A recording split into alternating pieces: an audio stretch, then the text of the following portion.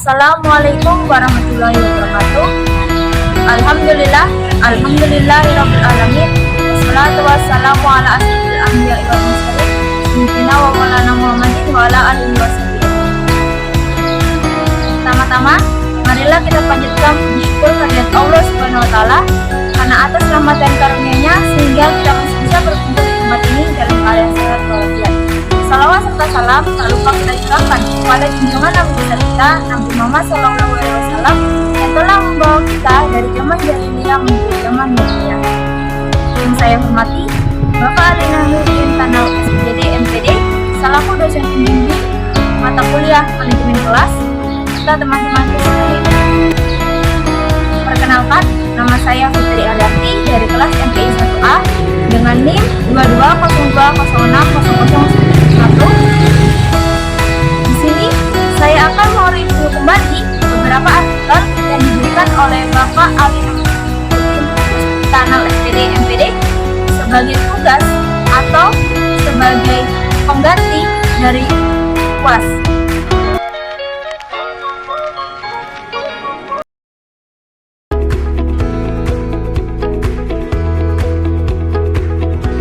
Hanya seperti siswa yang tidak memperhatikan dosen ketika dosen menjelaskan, siswa tidak mematuhi tata tertib, tetapi ada banyak sekali gangguan-gangguan yang biasa terjadi di dalam kelas. Salah satunya yaitu yang pertama, gangguan disiplin. Yang kedua, gangguan iklim sosial. Yang ketiga, gangguan iklim sosio-emosional. Yang keempat, gangguan fisik. 8. Pemecahan masalah siswa. Dalam pemecahan masalah siswa dapat dilakukan melalui dua pendekatan. Yang pertama, pendekatan tanpa teori. Nah, pendekatan tanpa teori ini terbagi lagi menjadi beberapa, tetapi saya hanya menjelaskan keduanya. Yang pertama, pendekatan larangan dan anjuran.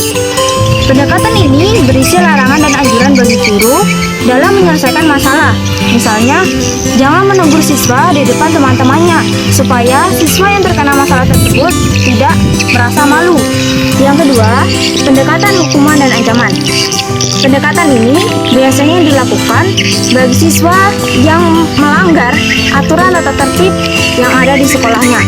Misalnya, kayak siswa sering membolos ketika ada matkul pada saat dosen menjelaskan, maka nanti dia akan diberi sanksi. Entah itu akan diberi tugas, ataupun akan diberi peringatan, atau bahkan diberi BO dari kampus tersebut. Yang kedua, pendekatan teori. Pendekatan teori juga terbagi menjadi dua. Yang pertama, pendekatan pengubahan tingkah laku. Yang kedua, pendekatan sosio-emosional. Yang kesembilan, teknik identifikasi masalah siswa. Nah, ada beberapa teknik yang dapat kita identifikasi dalam menyelesaikan masalah siswa. Yang pertama, observasi langsung. Yang kedua, instrumen komersial. Yang ketiga, teknik assort. Yang keempat, sosiometri. Yang kelima, teknik laporan diisi sendiri. Selanjutnya, saya akan menjelaskan pada artikel kedua yang berjudul Konsep Manajemen Kelas dan Implikasinya dalam Pembelajaran. Proses pembelajaran adalah suatu usaha untuk membuat siswa belajar, sehingga situasi tersebut merupakan peristiwa belajar, yaitu usaha untuk terjadinya perubahan tingkah laku dari siswa. Gagne yang menjelaskan bahwa terjadinya perubahan tingkah laku tergantung pada dua faktor, yaitu yang pertama, faktor dari dalam dan faktor dari luar. Faktor dari dalam yang dapat mempengaruhi proses pembelajaran seperti keadaan atau kondisi jasmani dan rohani siswa, contohnya seperti kebugaran tubuh siswa, motivasi, minat, dan bakat siswa. Sedangkan faktor dari luar yang dapat mempengaruhi proses pembelajaran siswa seperti faktor lingkungan sosial dan faktor lingkungan non-sosial. Faktor lingkungan sosial seperti guru dan teman-temannya yang ada di sekolah. Sedangkan faktor non-sosial itu seperti lingkungan keluarga. Dari penjelasan di atas, dapat saya simpulkan bahwa pembelajaran adalah aktivitas interaksi edukatif antara guru dengan peserta didik dengan didasari oleh adanya tujuan, baik berupa pengetahuan, sikap, maupun keterampilan. Yang kedua, manajemen kelas. Dalam menguraikan aspek-aspek yang berkaitan dengan manajemen kelas, Biggs and Taylor secara tegas memisahkan antara manajemen kelas dan pengajaran dengan cara membedakan isu yang terkandung pada dua hal tersebut. Session yang dimaksud oleh Biggs and Taylor dalam pendekatannya terletak pada dua ekstrim, yaitu high structure and low structure decision. Pendapat di atas dapat kita ketahui bahwa secara definitif antara pengajaran dan manajemen merupakan dua hal yang berbeda, baik secara konseptual, teknis maupun dalam tujuannya. Namun, pada pelaksanaannya, kedua hal tersebut tidak dapat dipisahkan dalam arti bahwa secara simultan kedua tindakan tersebut terjadi dalam proses pembelajaran. Yang ketiga, berbagai pendekatan, teknik disiplin, dan kontrol kelas. Menurut Biggs and Taylor, guru dapat memilih pendekatan yang berada pada dua kubu yang bersifat ekstrim, yaitu yang pertama, high structure decision, di mana suatu keputusan yang ditekankan pada aturan guru dalam menciptakan lingkungan belajar. Di sini, siswa relatif sedikit diberi pilihan. Oleh karena itu, aturan-aturan yang berasal dari siswa pun relatif sedikit.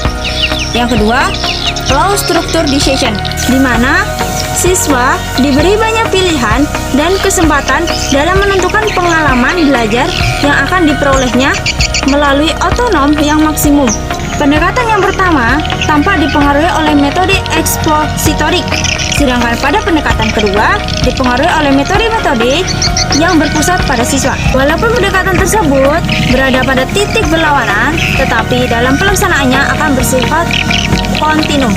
Pendekatan yang ditawarkan oleh Biggs and Taylor tersebut memang terlihat tidak hanya ditujukan kepada disiplin dan kontrol kelas, karena menurut kedua pihak tersebut, masalah pengelolaan kelas ditekankan pada good discipline.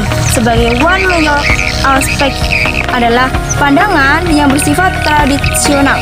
Menurutnya, saat ini keputusan-keputusan pengelolaan kelas terletak pada 4 bidang besar, yaitu yang pertama, planning before entering the classroom.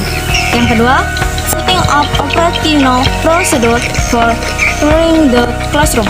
Yang ketiga, talk for people interaction. Yang keempat, establishing a policy on reward and punishment.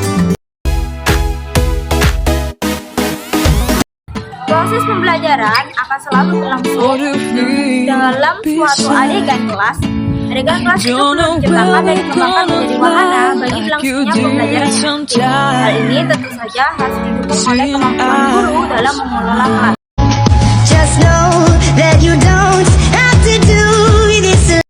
Seperti yang kita ketahui sekarang ini, tanggung jawab kita sebagai seorang guru adalah membantu siswa untuk belajar.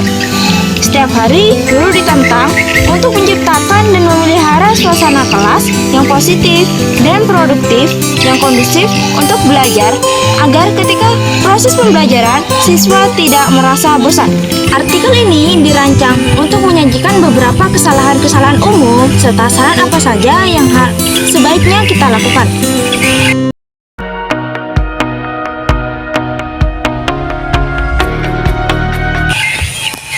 Baik, saya akan menjelaskan pada kesalahan pertama, yaitu mendefinisikan perilaku buruk dari tampilannya. Mendefinisikan perilaku buruk dari tampilannya hanya memberi kita gambaran yang tidak lengkap tentang perilaku tersebut.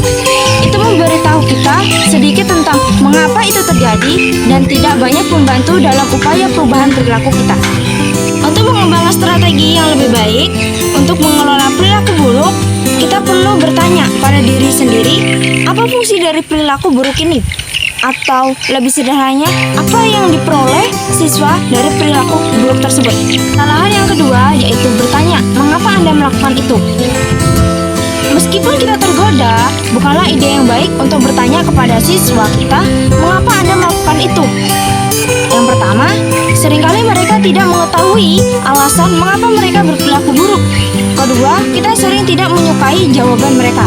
Misalnya, jika ada seorang siswa yang sedang main ketika guru sedang menjelaskan, maka siswa tersebut dianggap tidak memperhatikan apa yang dosen jelaskan. Sehingga ketika ditanya kembali, apa yang dijelaskan oleh dosen kepada siswanya, siswa itu menjawab bahwa dia merasa bahwa apa yang dijelaskan dosennya itu dianggap monoton atau membosankan. Fungsi dari perilaku adalah tujuan melayani siswa.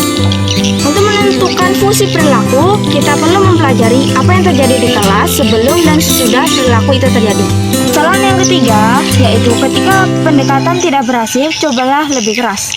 Ketika pendekatan manajemen tidak berhasil, pencenderungan perilaku kita adalah berusaha lebih keras. Masalahnya adalah kita paling sering berusaha lebih keras secara negatif. Ketika suatu pendekatan tidak berhasil, alih-alih berusaha lebih keras, kita harus mencoba cara lain. Beberapa contoh termasuk pengalihan verbal, kontrol kedekatan, memperkuat perilaku yang tidak sesuai, mengubah tugas akademik, dan memberikan isyarat atau petunjuk tambahan. Yang keempat yaitu melanggar prinsip aturan kelas yang baik. Ada beberapa aturan untuk penetapan aturan yang jika diikuti membantu menciptakan kelas yang teratur dan produktif yang mengajarkan keterampilan yang sesuai dengan kurikulum akademik. Kesalahan yang kelima yaitu memperlakukan semua perilaku buruk sebagai tidak boleh dilakukan. Ketika siswa berkelakuan buruk, seringkali tampak seolah-olah itu semata-mata masalah pribadi. Kesalahan yang keenam yaitu kurangnya perencanaan untuk waktu transisi. Transisi yang berhasil membutuhkan perencanaan yang sangat banyaknya dengan pengajaran akademik yang efektif. Tetapi waktu itu sepadan. Ketika transisi dilakukan dengan cepat dan diam-diam, ini memungkinkan pelajaran dimulai tepat waktu dan dapat memberikan nada positif untuk pelajaran-pelajaran. Sedangkan transisi yang tidak direncanakan dan dia dilakukan dengan buruk dapat membuang waktu yang berharga dan menyebabkan instruksi siswa guru yang negatif. Kesalahan yang ketujuh yaitu mengabaikan semua atau tidak sama sekali. Mengabaikan bisa menjadi alat yang berharga dalam mengurangi perilaku buruk bila digunakan dengan strategi membangun perilaku. Namun sulit bagi kita untuk menentukan perilaku mana yang harus diabaikan dan mana yang harus diperhatikan. Kedelapan yaitu penggunaan time out yang berlebihan dan penyalahgunaan. Time out terjadi ketika seorang guru mengeluarkan seorang siswa untuk waktu tertentu dari kesempatan untuk menerima penguatan. Ada beberapa strategi time out, mulai dari mengabaikan singkat di kelas hingga menempatkan siswa di era terpencil. Kesalahan yang kesembilan yaitu harapan dan konsekuensi yang tidak konsisten. Siswa sering diberikan sinyal campuran tentang apa yang diharapkan dan apa yang akan terjadi jika mereka tidak memenuhi harapan tersebut. Harapan yang tidak konsisten menyebabkan kebingungan dan frustasi siswa. Konsekuensi yang tidak konsisten mempertahankan perilaku yang buruk dan bahkan dapat menyebabkan perilaku tersebut terjadi lebih sering. Kesalahan yang ke-10 yaitu memandang diri sendiri sebagai salah satu pengelola kelas. Mengelola perilaku kelas mungkin dianggap lebih menantang hari ini dibandingkan hari sebelum-sebelumnya. Banyak guru menghadapi ukuran kelas yang lebih besar, lebih banyak siswanya yang berasal dari rumah yang penuh dengan tekanan dan kacau, dan keragaman yang meningkat dalam kemampuan dan budaya siswa. Namun, banyak dari kita yang memiliki tekad untuk mengatur sendiri perilaku kelas. Sebenarnya, kita belum bisa melakukannya sendiri. Kita masih membutuhkan orang lain, walaupun itu harus membutuhkan waktu dan energi yang banyak sekali untuk membangun hubungan yang baik dan mencapai strategi perubahan perilaku. Kesalahan yang ke-11 yaitu kehilangan tautan antara instruksi dan perilaku. Kadang-kadang ada hubungan langsung antara pengajaran kita dan perilaku buruk siswa. Mungkin pengajaran kita terlalu mudah atau sulit, tidak efektif, dan tidak merangsang yang dapat menyebabkan perilaku buruk pada siswa.